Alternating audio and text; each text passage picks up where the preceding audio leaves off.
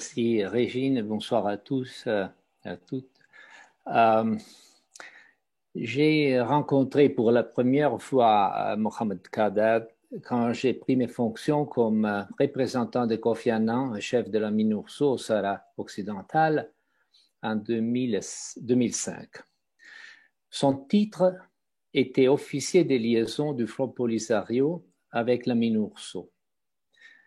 En réalité, il devint clair assez tôt dans mon mandat que les responsabilités de Khaddad allaient beaucoup au-delà de ce que pourrait transparaître de ce titre apparemment modeste. Khaddad fut la contrepartie clé dans tous mes contacts avec le front, la société civile sahraoui, les ministres et le président Abdelaziz, qui avaient haute estime et confiance en lui. En effet, Khaddad faisait partie de ce nombre très limité de personnalités sahraouies qui jouissaient d'un prestige indiscuté au sein du mouvement de libération et qui, pour cette raison, pouvaient contracter des engagements politiques à son nom et les faire respecter. Dans les premiers mois de ma nouvelle fonction, le soutien de Khaddad m'a permis d'acquérir une compréhension claire et réaliste de la perspective sahraoui concernant cette lutte historique pour la décolonisation. Je me souviens nos longs entretiens, soit dans le couloir onusien de New York, Genève, ou avec une tasse de thé à l'abri d'une khaïma, ou tard dans la nuit, dans les obscures chambres du légendaire Chicken Farm, à Rabouni.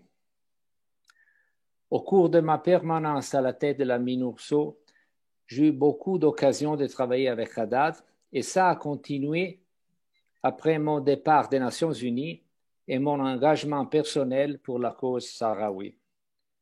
C'est là que, sans les contraintes qui avaient été imposées sur nous deux par mon rôle de représentant onusien, j'ai pu apprécier jusqu'au fond la compétence et le dévouement de Khaddad. Il était un champion très convaincant de la cause sahraoui. Il avait une connaissance extraordinaire de l'histoire de son peuple et de ses circonstances actuelles, soit dans les camps de réfugiés comme sous l'occupation marocaine. Il connaissait profondément la longue histoire du dossier sahraoui au sein des Nations Unies, de l'Union africaine et de l'Union européenne.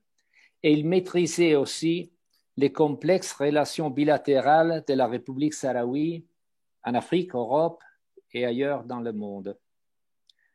Khaddad savait écouter avec patience et attention tous ses interlocuteurs, même ceux qui plaidaient des opinions qui différaient totalement de les siennes. Il sut montrer respect et gagner le respect d'autrui, y inclus ses adversaires politiques, même s'il y a eu des exceptions comme on vient d'entendre de la part de Pierre Galland, mais de temps en temps, il faut faire des exceptions. Il travaillait dans un milieu où l'appartenance à l'un ou l'autre champ suscitait dogmatisme et conséquemment intransigeance et paralyse. Dans ce contexte, Khaddad réussissait à montrer une très rare capacité d'agir avec pragmatisme sans, en même temps, renoncer aux principes et aux intérêts de son peuple. Il conciliait une grande vision stratégique avec un intelligent esprit pratique. Et c'est grâce à ça que Khaddad réussit à obtenir des résultats sur des questions qui allaient de la protection des ressources naturelles à la défense des droits fondamentaux des Sahraouis, soit dans les négociations bilatérales, soit dans le contexte multilatéral et judiciaire. On pouvait toujours compter sur la présence constructive de Mohamed Khaddad. Il était toujours disponible. Nulle question était secondaire, nulle occasion avait une importance négligeable. Même quand sa santé lui causa des problèmes, Khaddad était sur la brèche, jamais en retraite, toujours courageux, passionné et convaincant. Khaddad exprimait un dévouement sincère et contagieux à la cause sahraoui. Son travail était l'expression d'une foi profonde dans la justesse de la lutte de son peuple et la nécessité morale de participer sans réserve à cette lutte.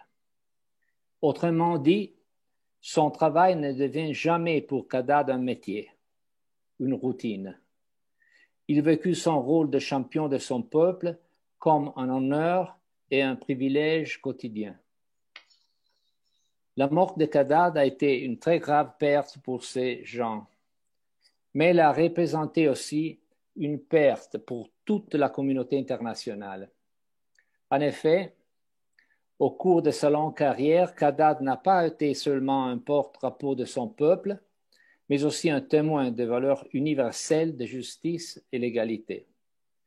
C'est pour ça que l'héritage de Khadad continuera à inspirer soit son peuple, soit tous ceux qui croient à un système juste et équitable des relations entre les pays et les peuples du monde. La torche que nous a laissée Mohamed Khadad continuera à illuminer notre chemin pour très longtemps. Merci. Merci, Régine.